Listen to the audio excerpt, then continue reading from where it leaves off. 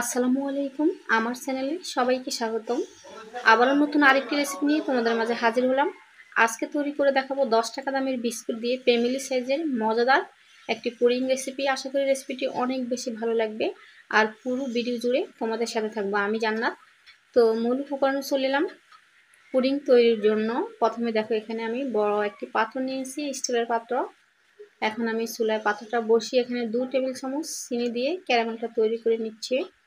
আর পাত্রটা অনেক বেশি গরম হয়ে গেছে, তাই চিনিটা দেওয়ার সাথে সাথে গলতে আরম্ভ করেছে। খুব বেশি টাইম লাগে না এরকম স্টিলের পাত্রে ক্যারামেল তৈরি করলে। তো ক্যারামেলটা তৈরি হয়ে গেছে, এবারে আমি এটাকে ঠান্ডা করার জন্য এক সাইডে রেখে দেব। এবারে দেখো আমি এখানে 10 টাকা দামের দুটো মিল্ক বিস্কুট নিয়েছি। তোমরা চাইলে তোমাদের পছন্দ মতো ফ্লেভার দিয়ে তৈরি করতে পারো। তো এখানে আমি অন্য কোনো ফ্লেভার নিলাম না, এটা আমি মিল্ক বিস্কুট দিয়ে তৈরি করলাম। এনার্জি বিস্কুট দিয়েও তৈরি করে নিতে পারো।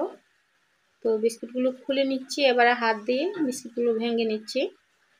খুবই মজাদার আর ইউনিক একটি রেসিপি, বাচ্চারা ভীষণ পছন্দ করবে এই পুডিং রেসিপিটা। এটা অতিথি আপ্যায়নও তৈরি করে খাওয়াতে পারো, নিজেরও খেতে পারো। ভীষণ মজাদার হয় এই বিস্কুটের পুডিংটা।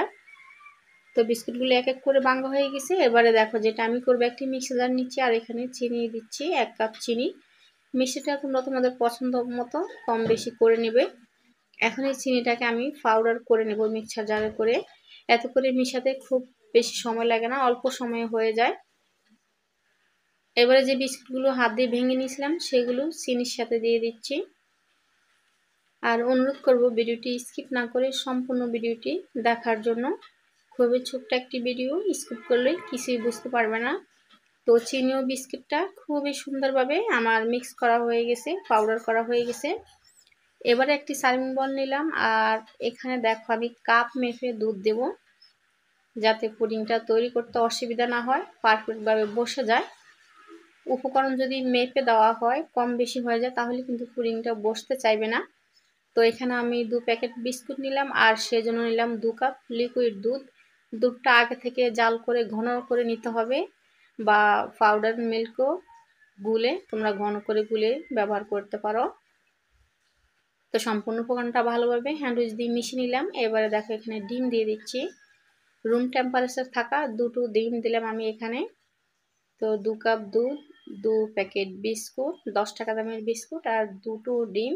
মাপটা যদি মনে রাখো তাহলে কিন্তু তোমার পুডিংটাও পারফেক্ট হবে আর খুবই সুন্দর হবে। তো হ্যান্ড উইচ দিয়ে ভালোভাবে মিশিয়ে নিব, ডিমটা যাতে দলা পেকে না থাকে।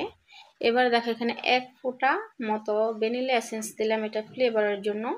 তোমরা চাইলে এখানে এলাচগুলো দিতে পারো, হাতের কাছে যদি এলাচগুলো না থাকে তাহলে ভ্যানিলা এসেন্স যেটা হাতের কাছে থাকে সেটাই ব্যবহার করতে পারবে।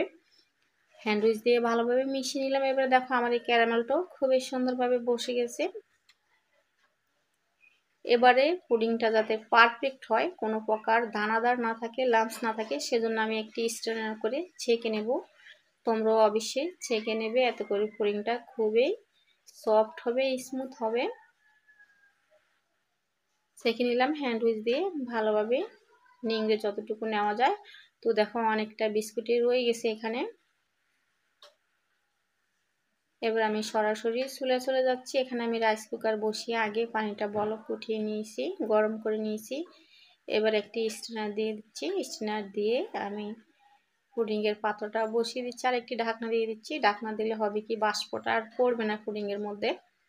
তো ঢাকনার যে ছিদ্রটা সেটাও বন্ধ করে দিচ্ছি।